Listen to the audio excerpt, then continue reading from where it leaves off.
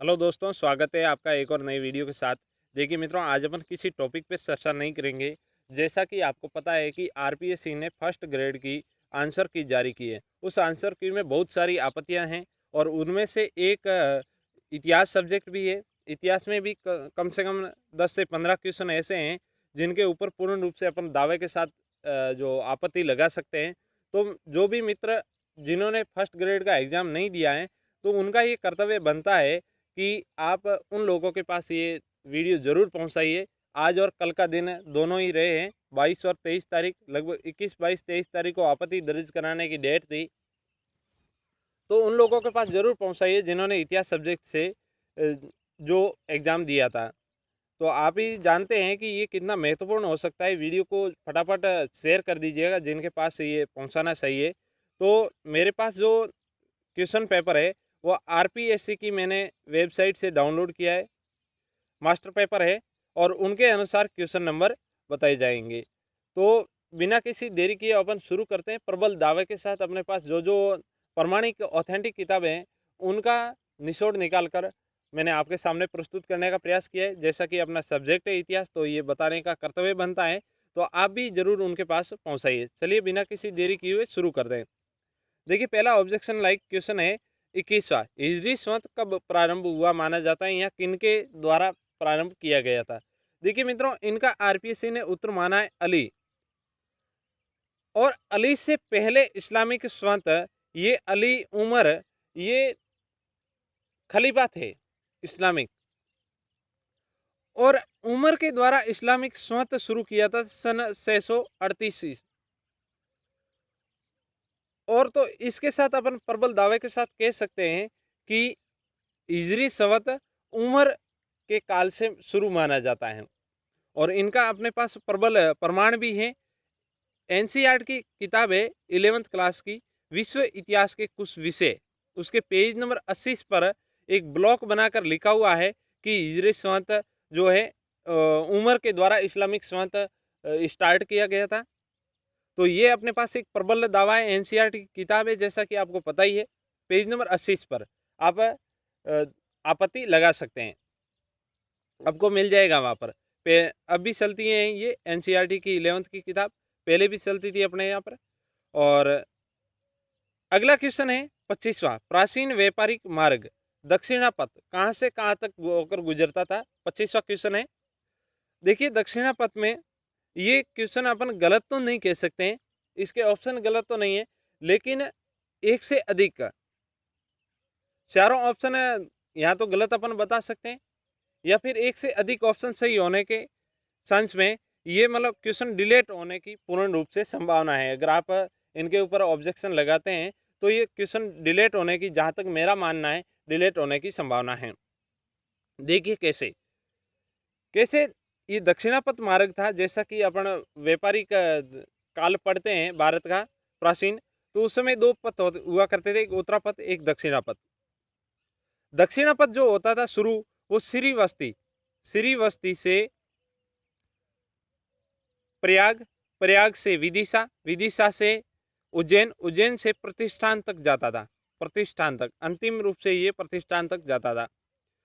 तो 100 एक तो ऑप्शन ये सही हो इन्होंने जो आरपीएससी ने बताया है, ये बताया विदिशा से प्रतिष्ठान, विदिशा से प्रतिष्ठान। देखिए, ये ऑप्शन विदिशा से शुरू नहीं होता था, हालांकि अपन इसको मान सकते हैं विदिशा से प्रतिष्ठान तक ये जाता था।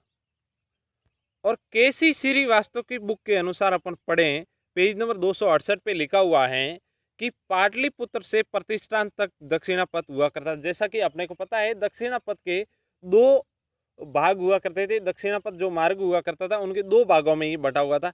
तो एक पाटलिपुत्र से प्रतिष्ठान तक छोटा मार्ग भी जाता था केसी श्रीवास्तव के अनुसार। ये भी ऑप्शन सही है। तो दोनों ऑप्शन सही होने के नाते ये क्वेश्चन डिलेट हो सकता है। चलिए अगला क्वेश्चन कौन सा है अपना। अगला क्वेश्चन है 27वां। 27वां क्वेश्चन है अशोक के द्विभाषी अभिलेख। अशोक के द्विभाषी अभिलेख कौन कौन से थे। तो देखिए मित्रों, इस यहाँ पर ऑप्शन थे लंगमान और कंधार। कंधार और लंगमान की बात करें तो लंगमान में भी दो अभिलेख प्राप्त हुए हैं। ये लंगमार और कंधार दोनों ही अफगानिस्तान में, जैसा कि आपको पता है। तो लंगमान के अंदर 2 अभिलेख अपने को प्राप्त हुए हैं। लंगमान के अंदर फर्स्ट अभिलेख प्राप्त हुआ है पुल ई दुरांत के अंदर 1932 में। पुल ई दुरांत, देखिए मित्रों, मैं ज़्यादा एक्सप्लेन नहीं कर पा रहा हूँ यहाँ पर, लिखने में थोड़ी प्रॉब्लम हो रही है, तो आप ध्यान से सुनिए। 1932 में इसको लंपक लेक भी कहा जाता है। जो कंधार के अंदर जो प्राप्त हुआ है लंपक लेक, उसके अंदर बताया गया है द्विभाषी था। ये लगभग संभावना है, पूर्ण रूप से अभी तक इसके ऊपर क्लियर नहीं हो पाया है। देखिए, ये कंधार के अंदर जो पहला अभिलेख पुल ई दुरांत के अंदर प्राप्त हुआ है वो अरमाइक, ये भी अशोक का अभिलेख था। अरमाइक प्लस एक दूसरी भाषा अरमाइक के जैसी वो पढ़ नहीं पाए। कहा जाता है कि ये प्राकृत भाषा हो सकती है, प्राकृत भाषा हो सकती है। तो देखिए, इनके ऊपर पूर्ण प्रमाण नहीं मिलते हैं, तो ये तो अपन नहीं मान सकते, लेकिन हो सकता है ये। और दूसरा लंगमान के अंदर जो प्राप्त हुआ है, लेकिन अपन जो पहला अभी मैंने बताया पुल ई दुरांत, वो पूर्ण रूप से नहीं है, कतई उसके प्रमाण नहीं है। और दूसरा जो अब लंगमान के अंदर मिला है अभिलेख, वो मिला है अरमाइक भाषा का, तो ये भी नहीं हो सकता। हालांकि आरपीएससी ने माना है लंगमान को, तो लंगमान तो कतई नहीं हो सकता है। रही बात कंधार की, कंधार के अंदर भी कुछ अभिलेख प्राप्त हुए अशोक के, उसमें अंदर सार ए कूना के अंदर जो प्राप्त हुआ है अभिलेख, सार ए कूना का जो अभिलेख है वो पूर्ण रूप से द्विभाषी है। ग्रीक, जो यूनानी भाषा अपन कह सकते हैं, ग्रीक और अरमाइक, दो दो भाषाओं में ये लिखा हुआ मिलता है, तो द्विभाषी है। इसका अपने पास प्रमाण जो प्रबल साक्ष्य है वो है श्रीमान केशवी श्रीवास्तु की बुक है, उसके पेज नंबर 245 पे ये लिखा गया है सार ए कूना का अभिलेख द्विभाषी है। तो ये अपने पास प्रबल प्रमाण है। केसी श्रीवास्तव की पुस्तक आपको जैसा कि पता ही है यूनिवर्सिटी लेवल तक चलती है ये बुक है, और ऑथेंटिक बुक मानी है आरपीएससी ने, तो इसके अनुसार अपन ये लगा सकते हैं। चलिए, अगला क्वेश्चन कौन सा है अपने दावे जो ऑब्जेक्शन लगाने लायक। अगला क्वेश्चन है रामगुप्त और जो ध्रुव देवी की जो कथा है, पे जो क्वेश्चन नंबर है 30वां, ये इनका उल्लेख कहाँ पर मिलता है, ऐसा क्वेश्चन है। जैसा कि आपको पता है कि चंद्रगुप्त के बाद में समुद्रगुप्त अपन शासक के बारे में पढ़ते हैं, लेकिन कुछ साक्ष्य प्राप्त होने के बाद में अपन बीच में एक रामगुप्त नाम का शासक आता है जो अयोग्य साबित हुए थे। उनकी पत्नी का नाम था ध्रुव देवी। कहते हैं कि शक शासकों का आक्रमण होता रहता था रामगुप्त के ऊपर, और शक शासक ने एक ऐसी मांग रखी थी कि आपकी पत्नी है जो ध्रुव देवी, वो हमें दे दें तो आपको पूर्ण रूप से स्वतंत्र कर दिया जाएगा, ऐसा मिलता है कथा के रूप में। और कहते हैं कि चंद्रगुप्त को ये बात अच्छी नहीं लगी, तो चंद्रगुप्त ने इनके ऊपर आक्रमण करके शक शासकों को जो उनका विनाश किया था। देखिए, इनके बारे में अपने को देवी चंद्र गुप्तम जो लेख है, नाट्य दर्पण करके, अभी इनके पूरे साक्ष्य नहीं मिलते, लेकिन नाट्य दर्पण में इसके साक्ष्य मिलते हैं। नाट्य दर्पण रामचंद्र और गुप्त चंद्र का एक बुक है। नाट्य दर्पण में रामचंद्र और गुप्त चंद्र, देखिए मैं पहले ही बता चुका हूँ, ज़्यादा लिखने में मुझे प्रॉब्लम हो रही है। रामचंद्र और गुप्त चंद्र के नाट्य दर्पण में ये सिल्वा देवी के द्वारा मतलब लाया गया है सामने, सिल्वा देवी के द्वारा। तो देवी चंद्रगुप्तम में राम गुप्त और ध्रुव देवी की कथा का उल्लेख मिलता है। अगला है काव्य मीमांसा। काव्य मीमांसा राजशेखर के द्वारा लिखी गई है काव्य मीमांसा, इसके अंदर भी इसके कथा का उल्लेख मिलता है। और तीसरा ऑप्शन है रसश्रित, जो बाण भट्ट के द्वारा रचित है, तो इसके अंदर भी लिखा हुआ मिलता है कि रामगुप्त एक अयोग्य शासक था, और ये ऐसी कुछ कथा का उल्लेख मिलता है। लेकिन ये तीनों में इन कथा का उल्लेख मिलता है। आरपीएससी ने माना है केवल इन दोनों को, आरपीएससी ने माना है देवी चंद्र गुप्तम और रसश्रित दोनों को माना है, जबकि काव्य मीमांसा भी इनका उल्लेख मिलता है। चौथा ऑप्शन था बहुभूतिकृत, जो ऑप्शन एक था, अभी मैं यहाँ पर नहीं लिख पाया, लेकिन वो बिल्कुल गलत था। तो तीनों ऑप्शन सही थे। आरपीएससी ने तीनों को सही मानना चाहिए, लेकिन आरपीएससी ने इन दोनों को सही माना है।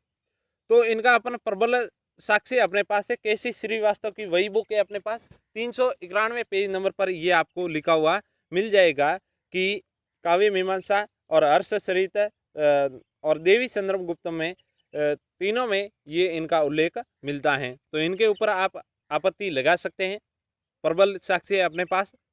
और अगला क्वेश्चन है 35 नंबर, सकलो उत्तरापद की उपाधि अरस को प्राप्त की गई थी, इनका उल्लेख कहाँ से मिलता है अपने को, इनका उल्लेख कहाँ से मिलता है। देखिए चालुक्य अभिलेखों से या फिर सीयूकी से, दो ऑप्शन थे। देखिए सीयूकी बिल्कुल गलत है, जो कि आरपीएससी ने माना है, बिल्कुल गलत है। सीयूकी में ऐसा कुछ भी नहीं लिखा हुआ है। जो हवेनसांग की पुस्तक है सीयूकी, और ये मिलता है एहोल प्रशस्ति में सकलो उत्तरापद की उपाधि अर्श को प्रदान की गई थी। तो ये एहोल प्रशस्ति ये पुलकेशिन द्वितीय के द्वारा, जो कि चालुक्य शासक था, उनके द्वारा लिखवाई गई थी एहोल प्रशस्ति। तो ये अपने पास प्रबल साक्ष्य है कि एहोल प्रशस्ति में ये लिखा हुआ मिलता है। और यही अपने पास ऑथेंटिक बुक है केसी श्रीवास्तव की, 483 पेज नंबर पर ये लिखा हुआ आपको मिल जाएगा। और सी यू की में कतई इनका उल्लेख नहीं है, ये तो आप सभी जानते हैं जो बंदा इसकी तैयारी करता है। अगला क्वेश्चन है 43, क्वेश्चन नंबर 43 है, जजिया कर अकबर के द्वारा कब समाप्त किया गया, नहीं सॉरी, जजिया कर कब समाप्त कर दिया किया गया था, और वो भी बंदायूनी के अनुसार। क्वेश्चन में लिखा गया था स्पष्ट रूप से, बंदायूनी के अनुसार जजिया कर कब समाप्त किया गया था। देखिए जजिया कर बंदायूनी की माने तो 1579 में ये समाप्त कर दिया गया था, और अकबर ने इनको समाप्त कर दिया गया था अकबर के द्वारा 1567 में। लेकिन इतिहासकार बंदायूनी बताता है वो ऑप्शन सही होगा 1579। अगला क्वेश्चन है 44, क्वेश्चन नंबर 44, मुगल चित्रकार कौन सा चित्रकार था जो शिकार के चित्र बहुत अच्छे बनाता था, शिकार के चित्र बनाने में निपुण था। तो वो इतिहासकार था मित्रों मनोहर। मनोहर ने मुगल इतिहासकार मुगल शासक जहांगीर का जो शिकार करते हुए बहुत ही अच्छा चित्र बनाया था। तो इनका ये सही आंसर हो जाएगा मनोहर। लेकिन आरपीएससी ने माना है मंसूर को, मंसूर ही इनका था। हालांकि जो चित्रकार था अच्छे चित्र बनाता था, लेकिन इनका जो प्रबल साक्ष्य अपने पास होंगे वो है मनोहर के। तो ये भी गलत हो सकता है। अगला क्वेश्चन है 48वां, पहाड़िया जीवन का प्रतीक जैसा कि फावड़ा है, और उसके अनुसार संथालों का प्रतीक कौन सा हो सकता है, संथालों का प्रतीक कौन सा है। तो आरपीएससी ने माना है दरांती को, हालांकि दरांती नहीं है। अपने पास बुक है एनसीईआरटी की भारतीय इतिहास के कुछ विषय, 12th क्लास की बुक है, उसके अंदर अपने को जो संताल विद्रोह या फिर अपन कह सकते हैं जनजातीय विद्रोह के अंतर्गत कृषक आंदोलन के अंदर संथाला का प्रतीक अपने को मिलता है हल। तो अपने पास प्रबल साक्ष्य है एनसीईआरटी की बुक, ज़्यादा मैं समय नहीं लूँगा। उसकी बुक नंबर पेज नंबर लिखे हुए हैं 266 पे। 3 पार्टों में बुक आती थी, तो तीसरे पार्ट में ये लिखा गया है भारतीय इतिहास के कुछ विषयों के अंतर्गत, पेज नंबर 266, तीसरा भाग। अगला क्वेश्चन होगा अपना जिसके ऊपर अपन आपत्ति लगा सकते हैं, वो है 51 नंबर क्वेश्चन है, समाचार पत्र कौन सा समाचार पत्र था जो अंग्रेजों की कृपा दृष्टि से संचालित होता था। देखिए मित्रों इसके 4 ऑप्शन दिए गए थे, 4 ऑप्शन कौन कौन से। इनका सही ऑप्शन तो होगा पायोनियर, जो कि ब्रिटिशों के द्वारा संचालित था। 1865 में ये संचालित किया गया था, इलाहाबाद से ये प्रकाशित होता था, इलाहाबाद से। और दूसरा ऑप्शन ये बिल्कुल सत्य ऑप्शन होगा पायोनियर। दूसरा ऑप्शन था मद्रास स्टैंडर्ड, जो आरपीएससी ने माना ये मद्रास स्टैंडर्ड 1904 में दी पल्लई के द्वारा शुरू किया गया था, और बाद में ये एनी बेसेंट ने खरीद लिया था, और इनका नाम भी चेंज कर दिया था, न्यू इंडिया कर दिया था इसका नाम। तो ये ऑप्शन बिल्कुल गलत होगा। तीसरा ऑप्शन था इंडियन ओपिनियन 1903 में जो महात्मा गांधी के द्वारा शुरू किया गया था, अफ्रीका से नेटोल से ये प्रकाशित होता था। तो ये भी चौथा ऑप्शन भी गलत है, और तीसरा ऑप्शन और चौथा ऑप्शन होगा बॉम्बे क्रॉनिकल जो दिया गया है, जो मेहता के द्वारा शुरू किया गया था 1910 में, तो ये तीनों ऑप्शन गलत है और पायोनियर इसका ऑप्शन सही है। ये अपने पास ऑथेंटिक बुक इसकी मिलती है, राम लखन शुक्ल की बुक है, उसके पेज नंबर 81 और 82 पर लिखा हुआ है स्पष्ट रूप से, जो कि पायोनियर जो एक समाचार पत्र था वो अंग्रेजों की कृपा दृष्टि से संचालित होता था। अगला क्वेश्चन है सुमेलित करने वाला क्वेश्चन था, 58 नंबर क्वेश्चन था, 58 नंबर क्वेश्चन सुमेलित करने वाला था। देखिए मेयो मेयो के आगे लिखा हुआ था भारतीय रेलवे, जो बिल्कुल गलत है। भारतीय रेलवे जो शुरू किया गया था डलहौजी के काल में, डलहौजी के काल में भारतीय रेलवे का शुरुआत मानी जाती। उसके बाद था नॉर्थ बुक के सामने लिखा हुआ था एडिल, प्रिंस एडिलबर्ग जो कि विक्टोरिया का पुत्र आया था नोडिल, जो नॉर्थ बुक के काल में, बिल्कुल सही है। और लिटन और रिपन ये तीनों मतलब ऑप्शन सही है। मैं ज़्यादा एक्सप्लेन नहीं कर पा रहा हूँ क्योंकि समय बहुत कम है। ये तीनों ऑप्शन सही है। ये क्वेश्चन डिलेट होने की पूर्ण रूप से संभावना है। चलिए अगला क्वेश्चन कौन सा था जिनके ऊपर अपन ऑब्जेक्शन उठा सकते हैं। अगला क्वेश्चन है मार्टिन लूथर। 61 नंबर क्वेश्चन है, मार्टिन लूथर ने सन्यासी जीवन निरर्थक जो बताया है वो कौन सी बुक में बताया गया, कौन सी बुक में बताया गया। मार्टिन लूथर की जो बुक है उनमें कौन सी बुक के अंदर सन्यासी जीवन को बिल्कुल निरर्थक बताया है। तो आरपीएससी ने माना है 75 थीसिस, जो बिल्कुल गलत है। इसमें ये कतई नहीं मिलता है उल्लेख, इसका उल्लेख मिलता है ऑन मोनास्टिक वोज में, और अजमेरा बुक डिपो की पुस्तक आती है, उसके धर्म सुधार आंदोलन जो टॉपिक है उन टॉपिक के अंदर आपको ये मिल जाएगा। मार्टिन लूथर के द्वारा सन्यासी जीवन को निरर्थक बताया है, वो बताया इनकी बुक है ऑन मोनास्टिक वोज में। तो इनका ये ऑप्शन सही होगा, ये ऑप्शन बिल्कुल गलत है जो कि आरपीएससी ने माना है। अगला क्वेश्चन है 25 सूत्री नाजी कार्यक्रम की रचना। 25 सूत्री नाजी कार्यक्रम की रचना किसके द्वारा की गई थी। जैसा कि अपने को पता है नाजीवाद में 25 सूत्री कार्यक्रम चलता था, हिटलर का नाजीवाद था। और इन 25 सूत्री कार्यक्रम की जो रचना है हिटलर ने नहीं की थी, जो कि आरपीएससी ने माना है। और हिटलर का एक अधिकारी था ग्रोटफ्राइड फीडर, ग्रोटफ्राइड फीडर, उसके अनुसार ये 25 सूत्री कार्यक्रम का संचालन किया गया था। तो ये ऑप्शन इसका सही होगा, ग्रोटफ्राइड फीडर। और हिटलर इसका ऑप्शन बिल्कुल गलत है। इसका भी अपने पास प्रमाणित साक्ष्य ऑथेंटिक बुक है, अजमेरा बुक डिपो की बुक है, उसमें 432 पेज नंबर पर ये लिखा हुआ मिल जाएगा। अगला क्वेश्चन होगा अपना सेकंड लास्ट, स्यार दक्षिणी प्रांत, जो अपन कह सकते हैं शिवाजी से रिलेटेड ये क्वेश्चन है। शिवाजी के काल में दक्षिणी प्रांतों में स्यार दक्षिणी प्रांत हुआ करते थे, उन प्रांतों के प्रांतपति कौन थे, दक्षिणी प्रांतों के प्रांतपति कौन थे। देखिए दक्षिणी प्रांतों में जैसा कि 3 भागों में बंटा हुआ था ये जो शिवाजी का राज्य क्षेत्र, इसमें एक के थे अनाजी दत्तो और दूसरे के थे दत्ताजी पंत, दत्तोजी पंत। और दोनों ही ऑप्शन दिए हुए थे क्वेश्चन पेपर में, और दोनों ही दक्षिणी अधिकारी हुआ करते थे, प्रांतपति हुआ करते थे। तो दोनों ही ऑप्शन सही होने की स्थिति में ये क्वेश्चन प्रबल रूप से डिलीट होने की संभावना है। और इनका अपने पास प्रमाणित साक्ष्य मिलता है, वो है AC वर्मा की बुक। मैं यहाँ पर नहीं लिख पाया, AC वर्मा की बुक है, उसके बुक के पेज नंबर 244 पर ये लिखा गया है कि ये दोनों ही प्रांतपति थे। AC वर्मा की बुक है, ध्यान रखिए। और अगला क्वेश्चन है जो ऑब्जेक्शन लाइक है, वो पूर्ण रूप से ऑब्जेक्शन लाइक है, इसका अपने पास प्रमाणित साक्ष्य भी है, NCERT की बुकें हैं अपने पास, RBC की भी बुकें हैं। तो देखिए इसमें सुमेलित करने वाला था कौन सा ऑप्शन है सही, सुमेलित नहीं है। तो देखिए शंकरदेव यूपी, आगे लिखा हुआ उत्तर प्रदेश। तो शंकरदेव का संबंध कतई यूपी से नहीं रहा है, शंकरदेव असम के रहने वाले थे, असम के। तो ये ऑप्शन असुमेलित है।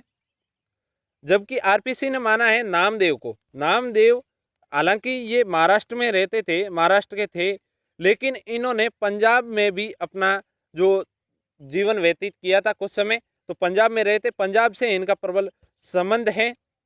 और तुकाराम जैसा कि महाराष्ट्र से थे, और चैतन्य महाप्रभु भी बंगाल से इनका विलोम हुआ करता था। तो आरपीसी ने माना है नामदेव को, और हालांकि इसका जो सही ऑप्शन होगा वो होगा शंकरदेव, जो शंकरदेव थे असम के। तो मित्रों ये कुछ क्वेश्चन थे अपने पास जिसके ऊपर अपन ऑब्जेक्शन लगा सकते हैं, और हमें आशा है कि ज़रूर आप ऑब्जेक्शन लगाओगे, जिससे क्या होगा कि जो क्वेश्चन डिलीट होने लायक है वो डिलीट होंगे, तो बाकी वाले क्वेश्चनों का भारांश जो बढ़ेगा उससे मतलब सभी को फायदा होगा। और ऑब्जेक्शन लायक है ये क्वेश्चन सभी के सभी, और इनको आरपीएससी को मानना पड़ेगा और आपको ज़रूर ऑब्जेक्शन लगाना चाहिए। तो इस वीडियो में इतना ही।